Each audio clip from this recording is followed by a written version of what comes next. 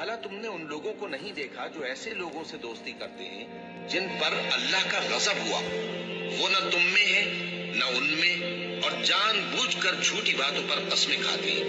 अल्लाह ने उनके लिए सख्त अजाब तैयार कर रखा है। ये जो कुछ करते हैं यकीनन बुरा है। इन्होंने अपनी कस्मों को ढाल बना लिया है और लोगों को अल्लाह के रास्ते से रोक दिया है, सो इनके लिए जिल्लत का अजाब है। अल्लाह के अजाब के सामने न तो इनका माल ही कुछ काम आएगा और न औलाद ही कुछ फायदा देगी। ये लोग अहले दोज़ख हैं, इसमें हमेशा जलते रहेंगे। जिस दिन अल्लाह इन सबको जिला उठाएगा तो जिस तरह तुम्हारे सामने कस्में खाते हैं, इसी तरह उसके सामने भी कस्में खाएंगे और ख्याल करेंगे कि ऐसा करने से काम चल जाएगा। सुनो, यही तो है झूठे। शैतान ने इनको काबू में कर लिया है और अल्लाह की याद इनको भुला दी है। ये लोग शैतान का टोला है, और सुन रखो कि शैतान का टोला ही नुकसान उठाने वाला है। जो लोग अल्लाह और उसके रसूल सल्लल्लाहु अलैहि वसल्लम की मुखालफत करते हैं वो निहायत जलील होंगे। अल्लाह ने ये बात लिख दी है कि मैं और मेरे पैगंबर जरूर गालिब रहेंगे।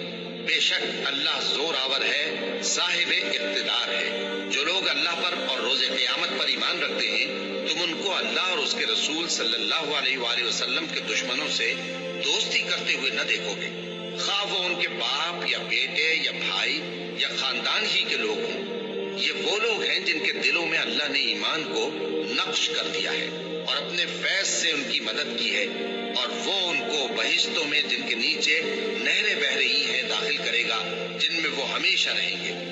अल्लाह उनसे खुश और वो अल्लाह से खुश। यही लोग अल्लाह की जमात वाले हैं। सुन रखो कि अल्लाह की जमात वाले ही कामयाब होंगे। मुनाफिकों की मिसाल शैतान की सी है कि इंसान से कहता रहा कि काफिर हो जा, फिर जब वो काफिर हो गया तो कहने लगा कि मुझे तुझसे कुछ सरोकार नहीं, मुझको तो अल्लाह रब्बुल आलमीन से डर लगता है। तो दोनों का अंजाम ये हुआ कि दोनों दोज़ख में जाएंगे, हमेशा उसमें रहेंगे, और बेइंसाफों की यही सजा है। ऐ ईमान वालो, अल्लाह से डरते रहो, और हर शख्स को देखना चाहिए कि उसने कल यानी आखिरत के लिए क्या सामान भेजा है। और हम फिर कहते हैं कि अल्लाह से डरते रहो, बेशक अल्लाह तुम्हारे सब अमाल से खबरदार है। और उन लोगों जैसे न हो जाना जिन्होंने अल्लाह को भुला दिया तो अल्लाह ने उन्हें ऐसा कर दिया कि वो खुद अपने आप को भूल गए। यही लोग हैं नाफरमान।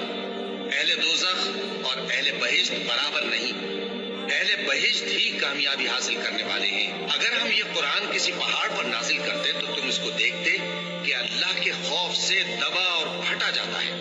और ये मिसालें हम लोगों के लिए बयान करते हैं